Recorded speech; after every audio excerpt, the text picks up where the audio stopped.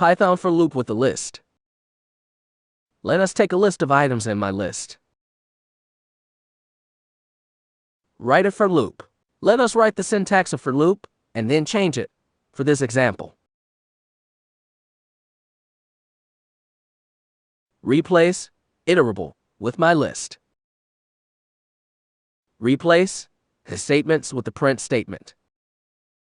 This for loop traverses each item in the list and prints the item to output. The items are traversed from left to right of the given list. During each iteration, we get access to an item in the list with the item variable.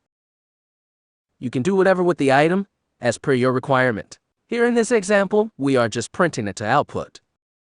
Run the program. The for loop iterates over items of list and prints each of the item output. Let us change the items of the list.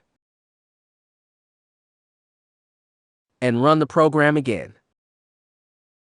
This is how we can use a for loop with the list in Python. In summary, we have seen how to write a for loop that iterates over a list.